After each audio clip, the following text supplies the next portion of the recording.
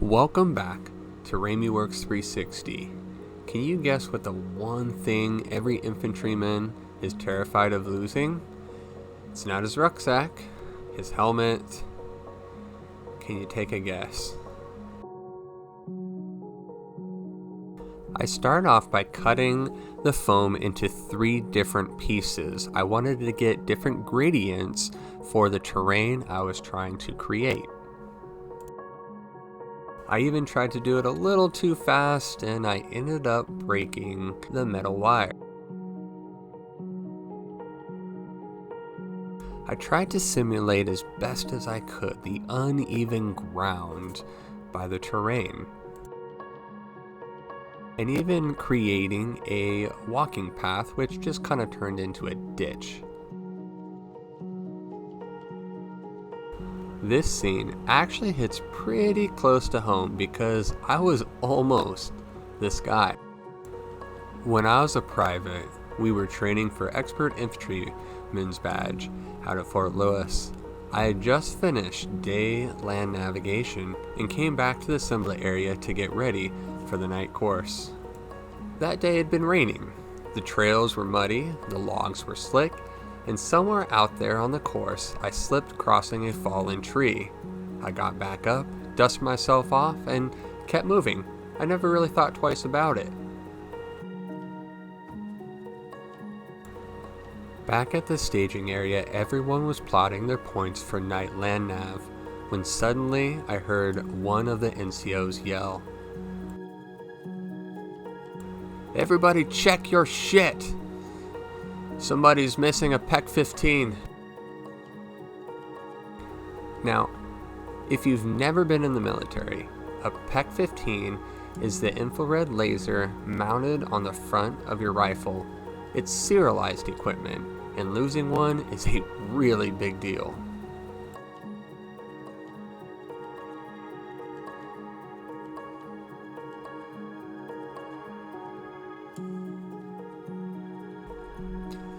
Most porta potties are blue. I could have painted it tan or green to help blend it into the environment. Instead, I did the opposite. That blue immediately draws your attention, and once the flashlight hits it, it becomes the centerpiece of the entire story.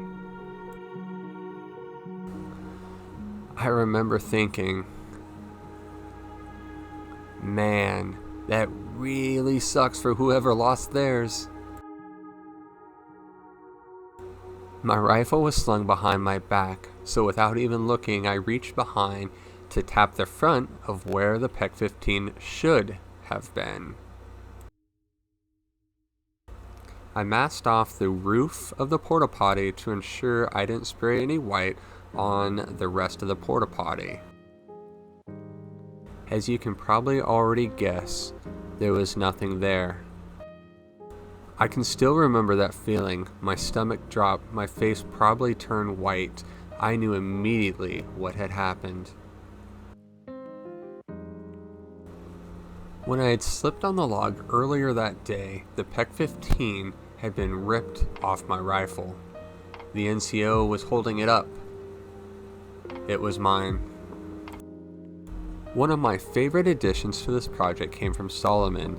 He sent me these resin ferns, and they added a level of realism I couldn't get with just static grass. It's amazing how just one little thing can change the entire diorama. If you're interested in these, hit up 11 Charlie Scale Modeling. At that moment, I wasn't thinking about the laser. I wasn't thinking about finding it. I was thinking, I'm so effed. Sure enough, I got an Article 15 just below a company grade, 2 weeks of extra duty, and 2 weeks of restriction to the barracks. And let's just say I got introduced to some very memorable corrective training. After that, I checked my weapon every chance I got. Once you've experienced something like that feeling, you never want to forget it.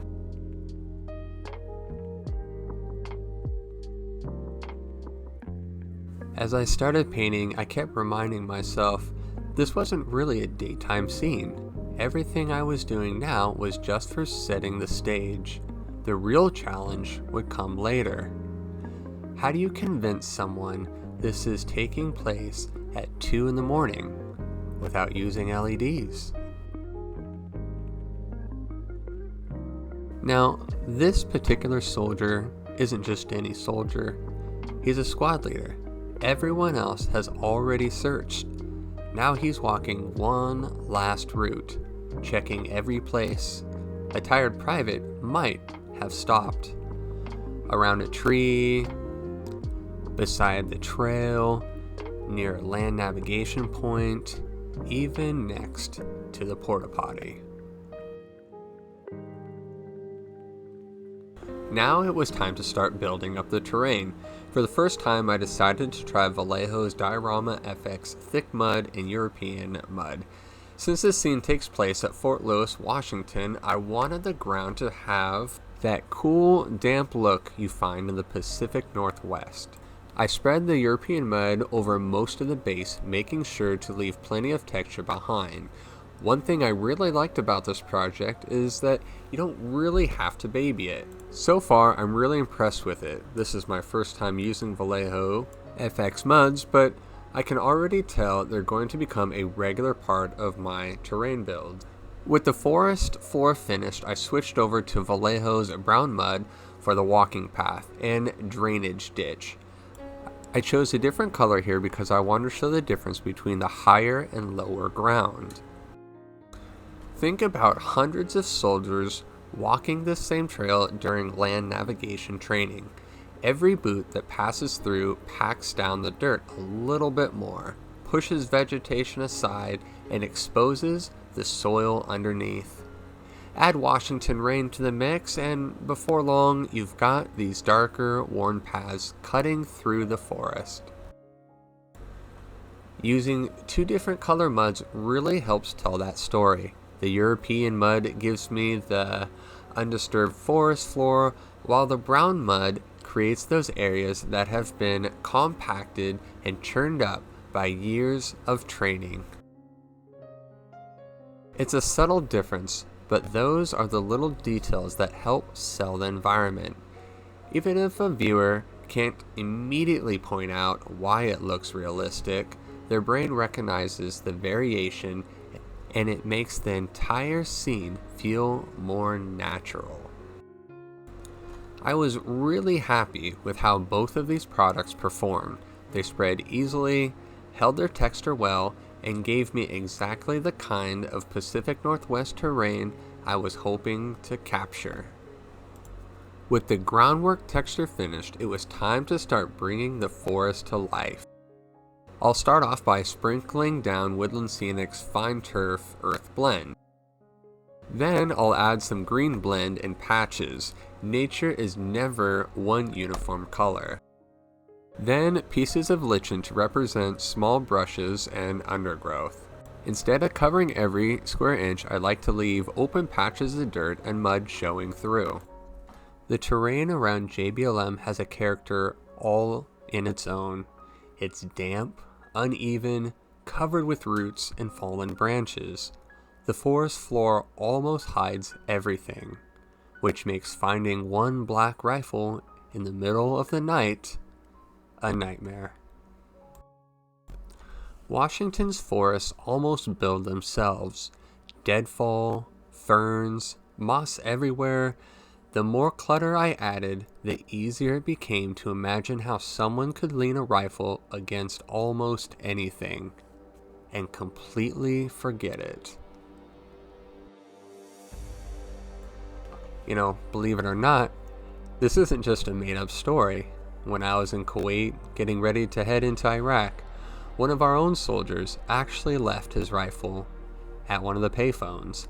Some of you may know exactly what I'm talking about. Thankfully, somebody found it. Somebody. It was an NCO. But for a little while, everyone's heart rate went through the roof. Nobody wants to be that guy. It's his rifle, because when a weapon goes missing, it doesn't just become your problem. it becomes everyone's problem. Tonight, we're heading back to Fort Lewis, Washington. It's 2 in the morning. A unit is training for the Expert Infantryman's Badge. Everyone should already be back in the barracks. Instead, Hands Across America. For anyone who has never served, Hands Across America isn't exactly what it sounds like. That's what soldiers jokingly call the moment an entire platoon, company, or even battalion spreads out shoulder to shoulder looking for something one person managed to lose. Most of the time, it's NVGs. Sometimes it's sensitive equipment, and every soldier hopes it isn't a weapon. This is where the project really started to come together. Instead of just painting everything black and calling it night, I wanted to think about how light actually behaves in the dark. For the tint, I mixed together Prussian blue, black, and just a touch of airbrush thinner. Each color had a purpose. The black deepens the shadows and removes some of the bright daylight feeling. The Prussian blue introduces that cool tone our eyes naturally associate with nighttime. And the grayish color softens everything so the black doesn't become too harsh or overpowering. Rather than covering the entire diorama, I slowly airbrushed this mix in thin layers, building up the darkness while leaving the areas where the flashlight would eventually shine much lighter.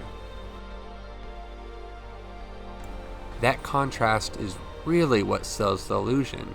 If everything else is equally dark, it just looks like a model under poor lighting. But by controlling where the light actually falls and where it doesn't, your brain starts to believe it's actually 2 o'clock in the morning. This part has become one of my favorite parts of the project. Instead of using or adding LEDs, I wanted to paint the light itself. Everything outside the flashlight beam became darker. The beam slowly revealed the ground, the branches, the porta potty, until finally it found the rifle. Now, believe it or not, this was definitely one of the biggest artistic challenges that I've taken on, because I've never really done anything like this before, and I didn't want to screw the diorama up. With the darkness established, it was finally time for one of my favorite parts of the entire build, the flashlight. Instead of installing LEDs, I wanted to paint the light itself. Everything from this point forward was about guiding your eyes from the squad leader across the ground until it finally lands on the missing rifle.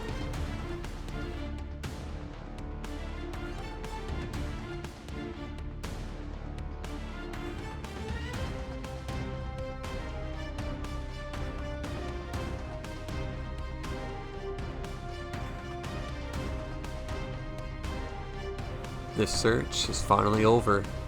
The weapon is found. The private is probably wishing he could just disappear. The platoon can finally head back. And somewhere, a first sergeant is trying to decide exactly how much corrective training is about to happen. If you've ever served, I'm willing to bet you have a story like this. Maybe it wasn't a rifle. Maybe it wasn't NVGs. Maybe it was a radio. Or maybe you were the one everybody was looking for. I had an absolute blast building this one because it combines two things I love: telling military stories and pushing myself to try techniques I've never attempted before. If you enjoyed this build, let me know what military moment you'd like me to see turned into a diorama next. And of course, if you're new here, don't forget to like, subscribe, and ring that bell so you don't miss the next project. Thanks for watching. and I'll see you in the next one.